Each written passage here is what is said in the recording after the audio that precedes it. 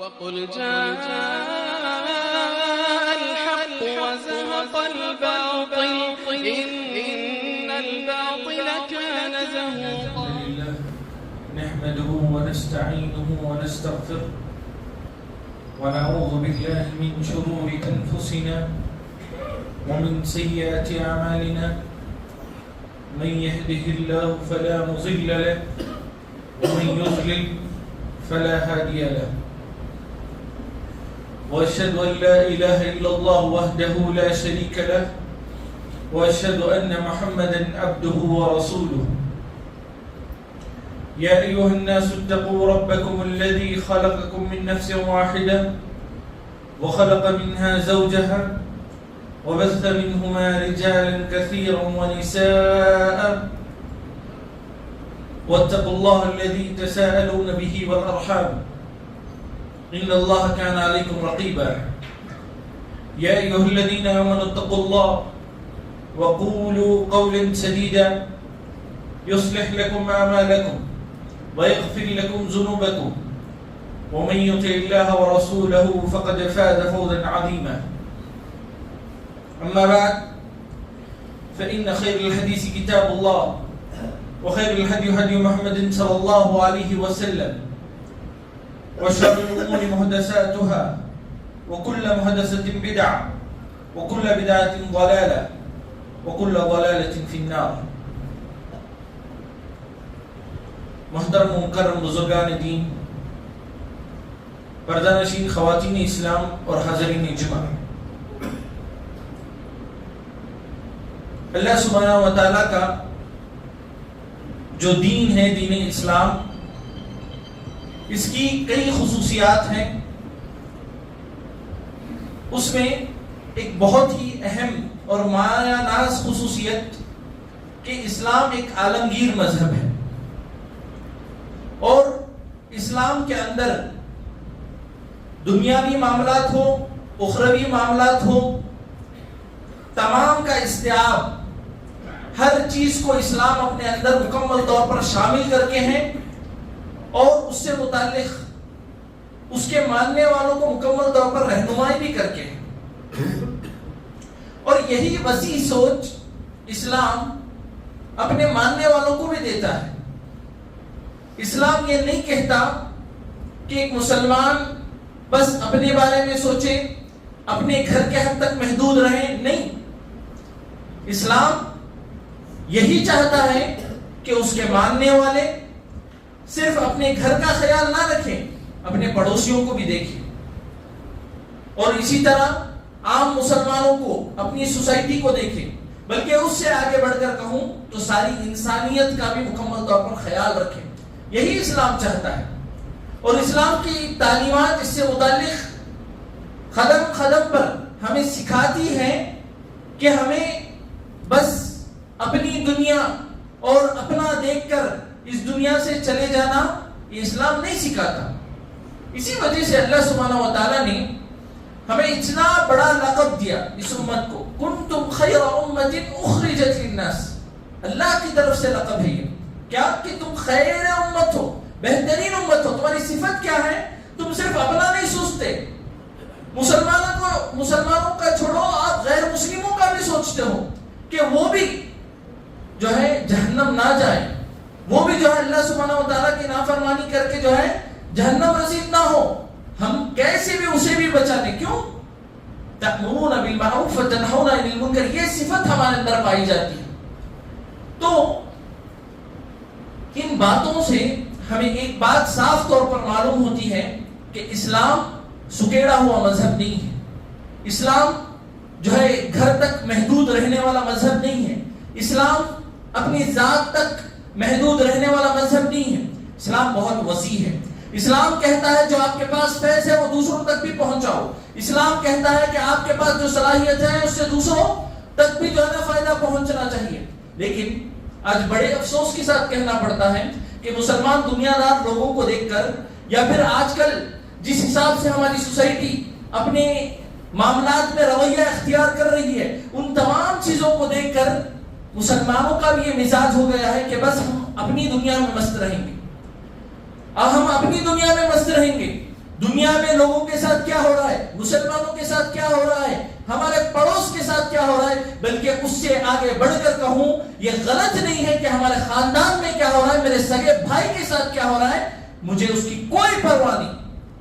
میں اپنے گھر میں مست ہوں اور باقاعدہ طور پر یہ دوسروں کو سناتے بھی ہیں اور کہتے بھی ہیں اور اپنے آپ کو تسلی بھی دے لیتے ہیں کہ آج کل دنیا میں جو ہے نا اپنا دیکھ کر چلتے رہنا چاہیے. یہ مزاج ہو گیا ہے، نعوذ باللہ من ذلک. یہ مسلمانوں کا مزاج نہیں ہے، یہ اللہ اور اس کے رسول پر ایمان لانے والوں کا مزاج نہیں ہے. اتنا بڑا لقب لے کر جو ہے نا ہم گھروں میں بیٹھے رہیں گے، اتنے بڑے بڑے عظیم جو ہے ارشادات ہمارے پاس ہیں، تعلیمات ہمارے پاس ہیں، اس کے باوجود بھی ہمارے عمل میں، ہمارے کردار میں وہ چیز نظر نہیں آ رہی. دیکھیے اللہ سبحانہ و تعالیٰ نے باقاعدہ طور پر سورہ مائدہ میں فرمایا وَتَعَاوَنُوا عَلَى الْبِرِّ وَالتَّقْوَى وَلَا تَعَاوَنُوا عَلَى الْإِثْمِ وَالْعُدْوَانِ.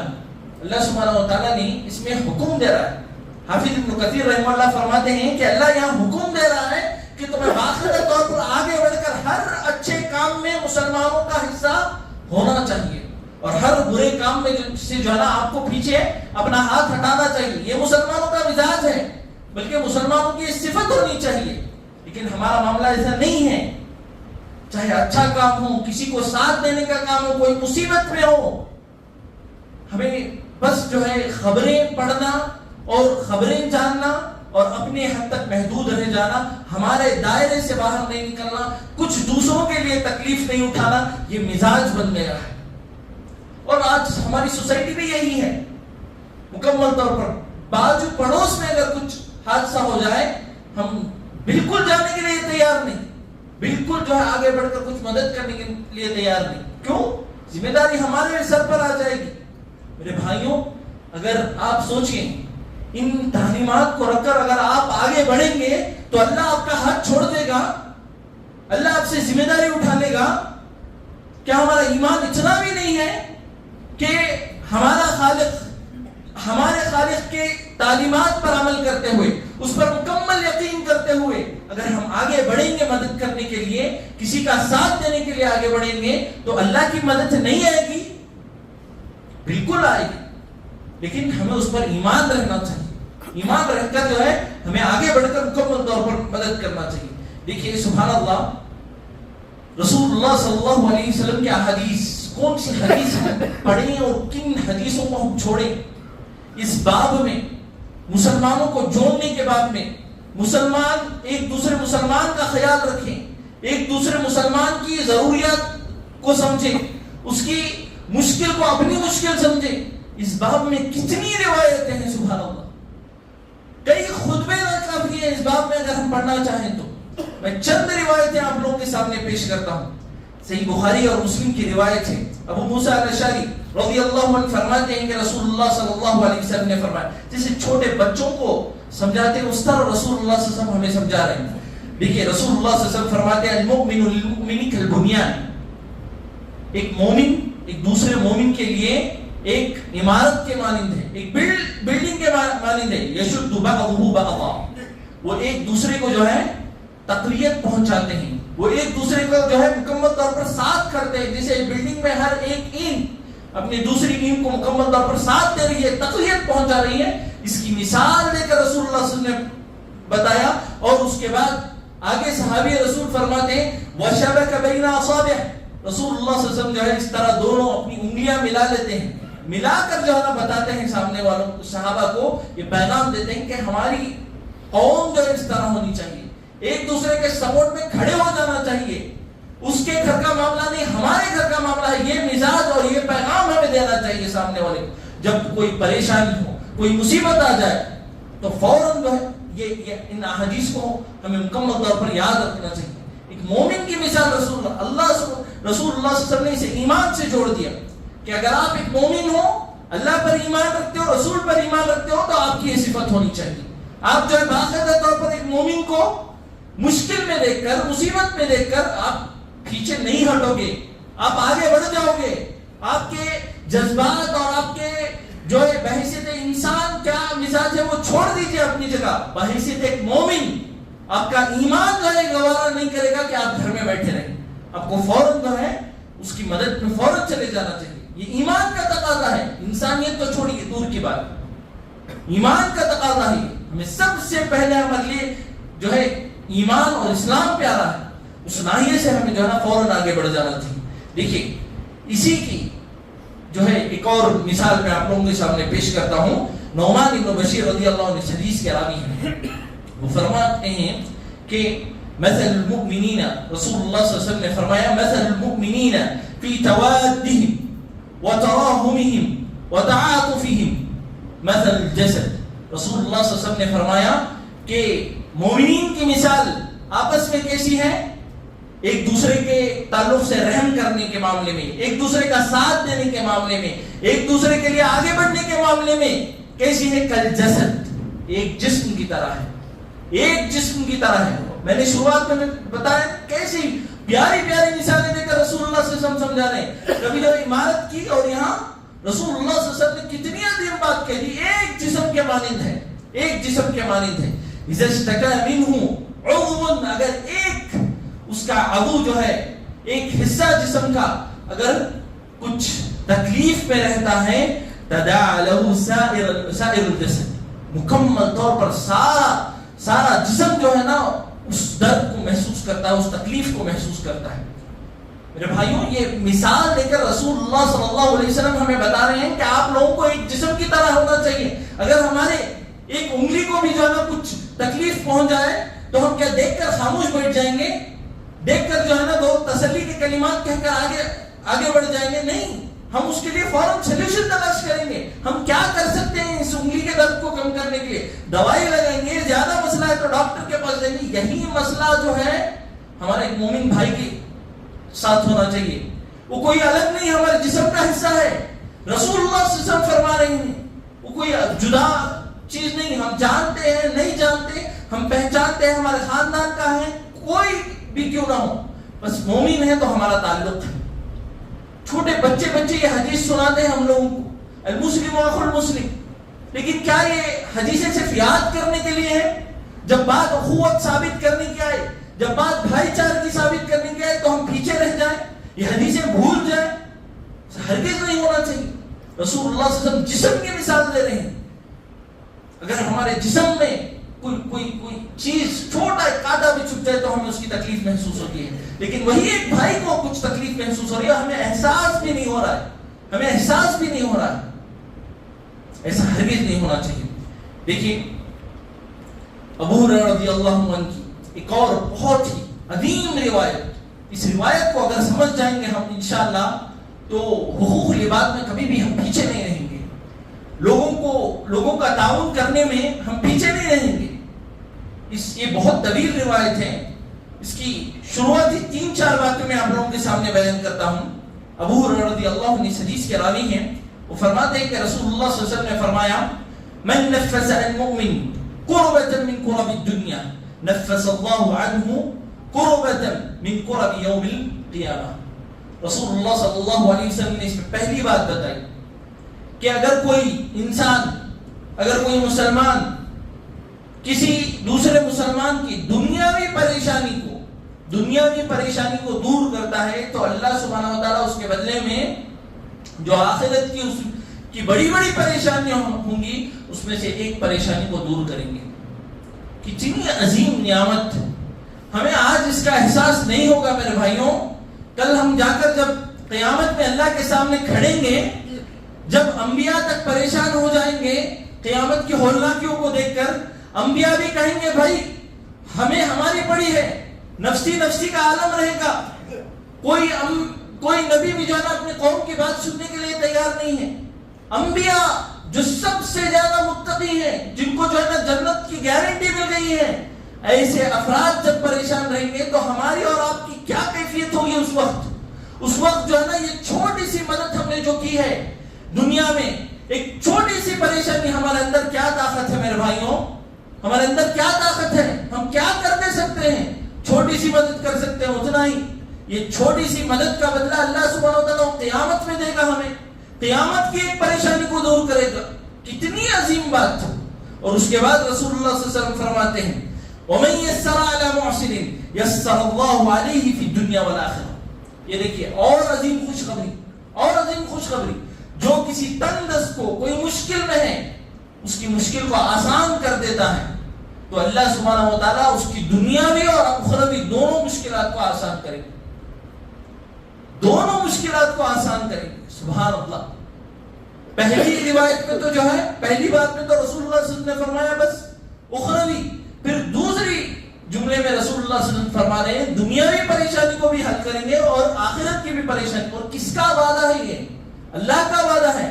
ہمیں ان وعدوں پر یقین ہے یا نہیں ہے؟ تو ہم کیوں پیچھے رہ جاتے ہیں ہمارے بھائیوں کی مدد کرنے سے؟ کیوں ان تمام مسلمان جو پریشان رہتے ہیں، کوئی بھی مسئلہ آ جاتا ہے، ہمارے پاس تعلقات ہیں، ہمارے پاس عہدہ ہے، کتنے ایسے مسلمان ہیں جو بڑے بڑے عہدوں پر فائز ہیں، لیکن اس کے باوجود بھی مسلمانوں کے لیے نیچے نہیں اترتے. یہ سب چیزیں مناسب نہیں ہیں. یا حدیث کو ہمیں سامنے رکھ کر جو ہے نا مدد کرنا چاہیے. آج وہ پریشان ہیں، کل ہم بھی لازمی طور پر پریشان رہیں گے. اور یاد رکھ لیجیے اسلام ہمیں ایک قاعدہ سکھاتا ہے، جزاء من جنس العمل. اگر ہم دوسروں کے لیے کھڑیں گے تو ہمارے لیے بھی لوگ کھڑیں گے. اگر ہم دوسروں کی مدد نہیں کریں گے تو یاد رکھ لیجیے ہمارے لیے بھی کوئی نہیں کھڑا رہے گا، ہمارے لیے بھی کوئی نہیں کھڑا رہے گا. تو آگے رسول اللہ صلی اللہ علیہ وسلم فرماتے ہیں وَمَنْ سَتَرَ مُسْلِمًا سَتَرَهُ اللَّهُ فِي الدُّنْيَا وَالْآخِرَةِ، کہ اگر کوئی اپنے مسلمان بھائی کے عیب پر پردہ ڈالتا ہے تو اللہ سبحانہ و تعالیٰ اس کے عیب پر بھی پردہ ڈالتے ہیں قیامت کے دن. اور اس کے بعد آخر میں رسول اللہ صلی اللہ علیہ وسلم فرماتے ہیں وَاللَّهُ فِي عَوْنِ الْعَبْدِ مَا كَانَ الْعَبْدُ فِي عَوْنِ أَخِيهِ. اللہ سبحانہ و تعالیٰ اس بندے کی مدد میں رہتا ہے جو اپنے بھائی کی مدد کرتا ہے، جو اپنے بھائی کی مدد کرتا ہے. یہاں بھی دیکھیے کتنی عظیم خوشخبری، کتنی عظیم بات. ہم ایک کمزور انسان ہیں، ہم ہمارے بھائی کی چھوٹی موٹی مدد کر دیں گے، اس کے بدلے میں ہمارا سہارا کون بن رہے ہیں؟ ہمارے مددگار کون بن رہے ہیں؟ اللہ سبحانہ و تعالیٰ. اللہ کی خزانوں میں کچھ کمی ہے؟ اللہ کے لیے جو ہماری جو یہ چھوٹی موٹی مصیبتیں ہیں، جو ہمارے لیے بڑی بڑی پہاڑ کی طرح مصیبتیں ہیں، یہ اللہ کے لیے کچھ مسئلہ ہے؟ بالکل نہیں. اگر آپ چاہتے ہیں کہ اللہ کی مدد آپ کے لیے آئے تو اس حدیث پر عمل کریں، اس حدیث پر عمل کریں. جا کر فوراً اپنے بھائی کی مدد کر دیجئے. آپ کی زندگیوں میں دیکھیے کیسے اللہ کی مدد آئے گی. اگر ہم ہمارے ہاتھ پیچھے سپیڑ کر رکھیں گے، دوسروں کے لیے مدد کرنے ہمارے ہاتھ آگے نہیں بڑھ رہے تو اللہ کی مدد بھی نہیں آئے گی. یہ لازمی چیز ہے. اور شیخ ابن عثیمین رحمہ اللہ نے اس حدیث کی شرح میں یہاں تک فرمایا کوئی مدد کر کے آ جائے تب بھی جو ہے نا اس کے ساتھ جو ہے نا اللہ کی مدد مکمل طور پر شامل حال رہے گی. کتنی عظیم باتیں یہاں رسول اللہ صلی اللہ علیہ وسلم نے فرمائی ہیں. تو ان باتوں کو جو ہے ہمیں سن کر باقاعدہ طور پر عمل کرنا ہے. یہ تمام تعلقات جو اللہ سبحانہ و تعالیٰ نے جوڑے ہیں، ایک جو ہے ایمان کے ذریعے اللہ سبحانہ و تعالیٰ نے جوڑے ہیں، ان تعلقات کی وقار کو، ان تعلقات کے جو اصل مقصدیت ہے اس کو باقی رکھنے کی کوشش کریں. بس نام کے جو ہے نا ہم بھائی ہیں، نام کے جو ہے نا ہم باقاعدہ طور پر یہ کہیں کہ وہ بھی جو ہے نا ہماری طرح جو ہے مسلمان ہیں، یہ باتیں جو ہے اس کا کوئی فائدہ نہیں جب تک کہ جو ہے نا اس کی مقصدیت کو نہیں ہم سمجھیں گے. کیوں رسول اللہ صلی اللہ علیہ وسلم نے کہا مسلم اخو المسلم؟ کیوں کہا؟ تاکہ جو ہے نا بھائی سمجھے اور جا کر مدد کریں. اس وجہ سے نہیں کہ جو ہے ہم بس آپس میں ایک دوسرے کو بھائی بھائی کہیں اور اپنے گھروں میں بیٹھ جائیں. یہ معاملہ نہیں ہونا چاہیے. میرے بھائیوں ایک اور روایت دیکھیے جس میں رسول اللہ صلی اللہ علیہ وسلم نے فرمایا، عبداللہ بن عمر رضی اللہ عنہ اس حدیث کے راوی ہیں، فرماتے ہیں المسلم اخو المسلم لا یظلمه ولا یسلمه. رسول اللہ صلی اللہ علیہ وسلم نے فرمایا کہ ایک مسلمان دوسرے مسلمان کا بھائی ہے، اس پر کبھی ظلم نہیں کرتا اور نہ اس پر ظلم ہونے دیتا ہے. سبحان اللہ. ایک مسلمان کیسا ہونا چاہیے؟ خود آگے بڑھ کر تو ظلم کبھی نہیں کرے گا وہ ایک مسلمان پر اور نہ ظلم ہونے دے گا. پھر اس کے بعد آگے رسول اللہ صلی اللہ علیہ وسلم فرماتے ہیں وَمَنْ كَانَ فِي حَاجَةِ أَخِيهِ كَانَ اللَّهُ فِي حَاجَتِهِ.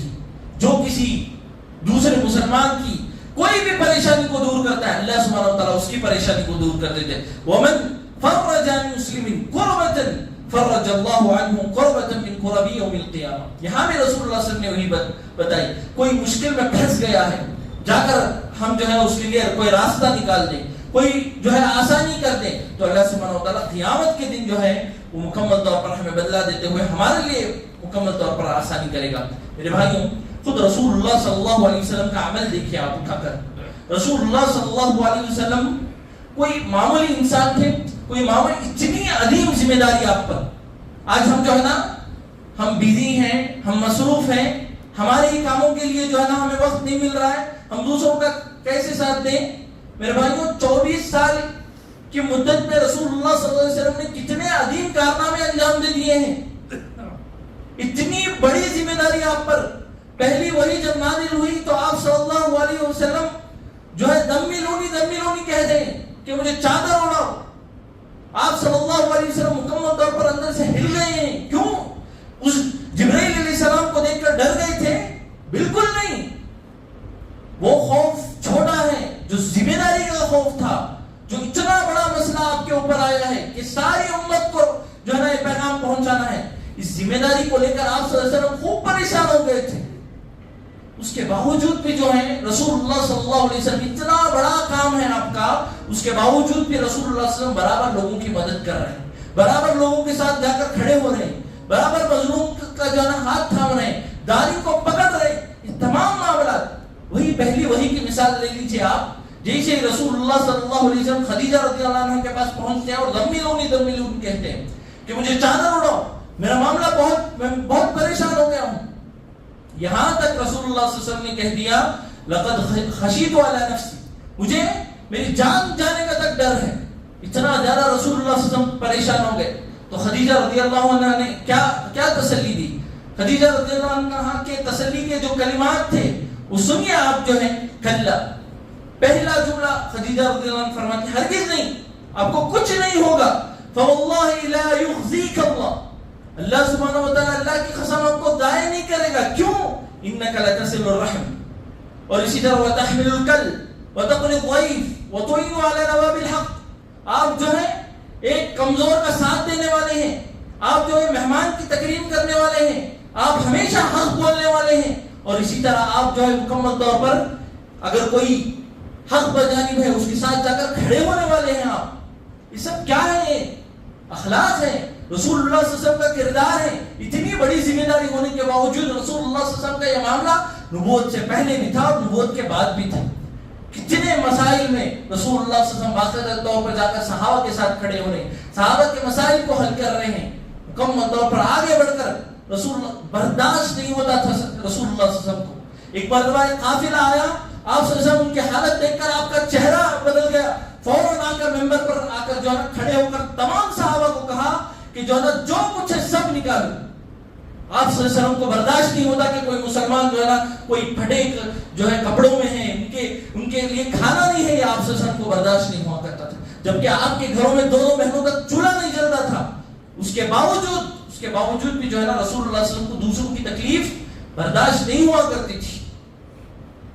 اس رسول اللہ صلی اللہ علیہ وسلم کو جو خدیجہ رضی اللہ عنہ نے تسلی دی, وہ کلمات کی شرح میں بعض اہل علم لکھتے ہیں کہ اگر کوئی دوسروں کو ساتھ دے گا اس پر بڑی مصیبتیں اللہ ہرگز نازل نہیں کرے گا.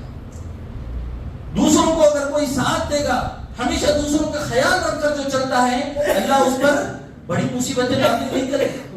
یہ اللہ سبحانہ و تعالیٰ کی طرف سے ہمارے لیے بہت بڑی ضمانت ہے. اور اسی طرح صحابہ کا معاملہ بھی یہی, صحابہ کا بھی معاملہ یہی. میں بس ایک مثال آپ لوگوں کو دیتا ہوں. یہ مثال تعجب خیز ہے. یہ مثال پر کیسے آج ہم مسلمان کیسے یقین کریں, یہ ہمارے لیے ایک بڑا چیلنج ہے. یہ کیونکہ ہمارے ایمان, ہمارے معاملات اتنے کمزور ہو گئے ہیں کہ ان معاملات پر یقین کرنا ہمارے لیے مشکل گزر رہا ہے. ایک مثال میں آپ لوگوں کو دیتا ہوں. انس ابن مالک رضی اللہ عنہ فرماتے ہیں رسول اللہ صلی اللہ علیہ وسلم جو ہے جیسے ہی مہاجرین یعنی مکے سے صحابہ نے مدینہ آ گئے تو تمام چیزیں چھوڑ کر آئے. ان کے پاس کچھ نہیں تھا, تمام چیزیں چھوڑ کر آئے. چھوڑ کر جب مدینہ پہنچے تو رسول اللہ صلی اللہ علیہ وسلم نے صحابہ کو جوڑ دیا کہ یہ صحابی کی ذمہ داری آپ کی ہے. مدینے کے صحابہ کو مکے کے صحابہ کی ذمہ داری دے دی کہ جو ہے نا یہ صحابی کی ذمہ داری آپ ہے. مواخات کرا دیا, ان کے درمیان بھائی چارہ کرا دیا کہ جو ہے آپ ان کی ذمہ داری لے.